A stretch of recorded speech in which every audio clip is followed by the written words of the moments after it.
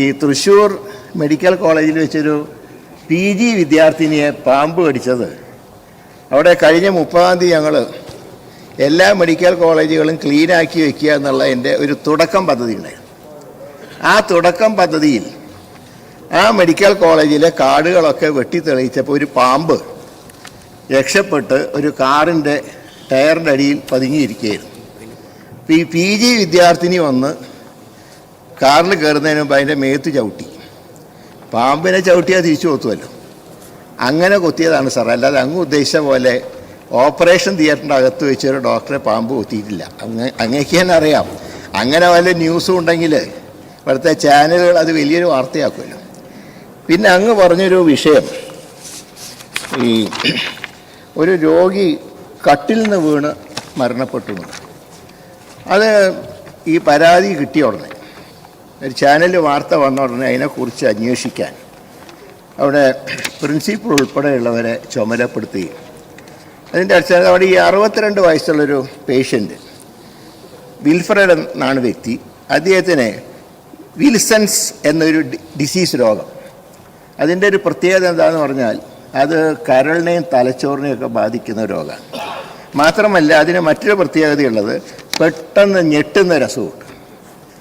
അങ്ങനെ അതുകൊണ്ട് തന്നെ അദ്ദേഹത്തിനെ പ്രത്യേകം ഒരു വാർഡിൽ ബെഡിൽ കിടത്തിയിരുന്നു. പക്ഷേ രാത്രി അദ്ദേഹം നിലത്ത് വീണ് മരണപ്പെട്ടു എന്നുള്ള അദ്ദേഹത്തെ കൂടെയുള്ള ബൈസ്റ്റാൻഡറാണ് ആദ്യം പരാതി പറയുന്നത്. ഏതായാലും പോസ്റ്റ്മോർട്ടം റിപ്പോർട്ടിന് ശേഷം നടപടി സ്വീകരിക്കാമെന്ന് തീരുമാനിക്കുകയും ഇന്നലെ രാത്രിയാണ് പോസ്റ്റ്മോർട്ടം റിപ്പോർട്ട് കിട്ടിയത്. ആ റിപ്പോർട്ടിൽ തലയ്ക്ക് ക്ഷതമുണ്ട്. അപ്പോൾ സ്വാഭാവികമായിട്ടും വീണ പരിക്കും ഒരു കാരണമാകാം. പക്ഷെ അദ്ദേഹത്തിനെ ബാധിച്ച രോഗം വളരെ ഗുരുതരമായിരുന്നു. എങ്കിലും ഇന്നലെ രാത്രിയാണ് പോസ്റ്റ്മോർട്ടം റിപ്പോർട്ട് കിട്ടിയത്. ഇന്ന് തന്നെ തുടർ നടപടികൾ സ്വീകരിക്കുന്നതാണ്. പിന്നെ ഇവിടെ ഉണ്ടായൊരു സംഭവം, ഈ വാഹനാപകടത്തിൽ പരിക്കേറ്റ് ആശുപത്രിയിൽ സർജറി നടത്തിയ ഒരു രാജേന്ദ്ര പ്രസാദ് എന്ന വ്യക്തിയുടെ മുറിവിൽ നിന്ന് പുഴു വന്നു എന്നുള്ള പരാതി. അത് സാർ അതൊരു റിട്ടേൺ പരാതിയായിട്ട് മന്ത്രിക്കോ അല്ലെങ്കിൽ ഹോസ്പിറ്റലിലെ സൂപ്രണ്ടിനോ കിട്ടിയില്ല. പക്ഷേ ഞാൻ രാത്രി അവിചാരിതമായിട്ടൊരു ചാനൽ തുറന്നപ്പോൾ ആ ചാനലിൽ ഇങ്ങനെ വാർത്ത വരുന്നു. ആ പേഷ്യൻറ്റിൻ്റെ മകൾ ചാനലിൽ പറയുകയാണ് ഇങ്ങനെ പുഴു അരിച്ചു. നിലവിളിച്ചപ്പോൾ ഒരു നഴ്സിനോട് പറഞ്ഞു, അവർ മൈൻഡ് ചെയ്തില്ല. ഡോക്ടറോട് പറഞ്ഞു, ഡോക്ടർ മൈൻഡ് ചെയ്തില്ല.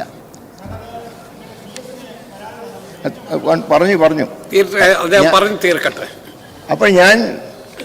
അപ്പോൾ അതിനുശേഷമാണ് PS-നോട് ഞാൻ പറഞ്ഞ് അദ്ദേഹം ഈ വാർത്ത കേട്ടു MLA കൂടെ പറഞ്ഞതിൻ്റെ അടിസ്ഥാനത്തിൽ നടപടിയെടുക്കാനുള്ള കാര്യങ്ങൾ അദ്ദേഹം സൂചിപ്പിക്കുകയും അതനുസരിച്ച് അവിടെ ഒരു മെഡിക്കൽ കോളേജിലെ വൈസ് പ്രിൻസിപ്പൾ, കാരണം പ്രിൻസിപ്പൾ അന്ന് ട്രാൻസ്ഫർ ആയിരുന്നു, വൈസ് പ്രിൻസിപ്പളിനെ ഉൾപ്പെടെ ഒരു കമ്മിറ്റിയെ വെച്ചു.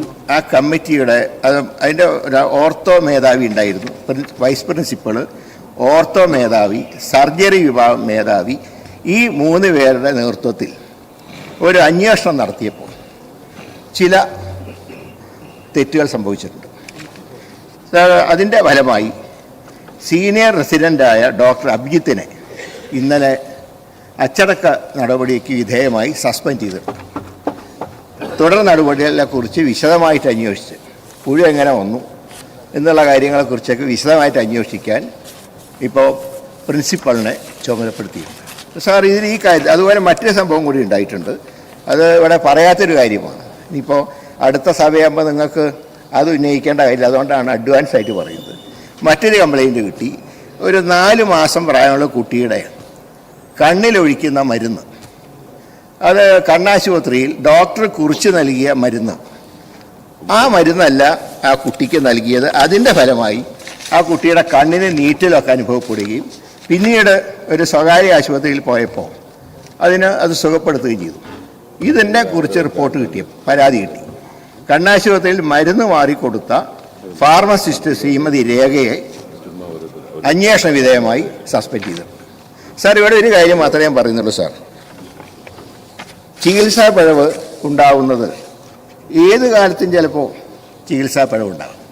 പക്ഷെ അതിനെക്കുറിച്ച് പരാതി കിട്ടിയാൽ വസ്തുനിഷ്ഠമായി അന്വേഷിച്ച് നടപടിയെടുക്കുക. അതാണ് ഗവൺമെൻറ് ചുമതല. അല്ലാതെ സിസ്റ്റം മുഴുവൻ തകരാറാണ്, എനിക്ക് ഒരു ഉത്തരവാദിത്വം ഇല്ല എന്ന് പറയുന്നതല്ലല്ലോ സർ ശരി. അങ്ങനെ സിസ്റ്റം തകരാറാണെങ്കിൽ മന്ത്രിയുടെ ആവശ്യമുണ്ടോ? അങ്ങനെ സിസ്റ്റം തകരാറാണെങ്കിൽ ഉദ്യോഗസ്ഥന്മാരുടെ ആവശ്യമുണ്ടോ?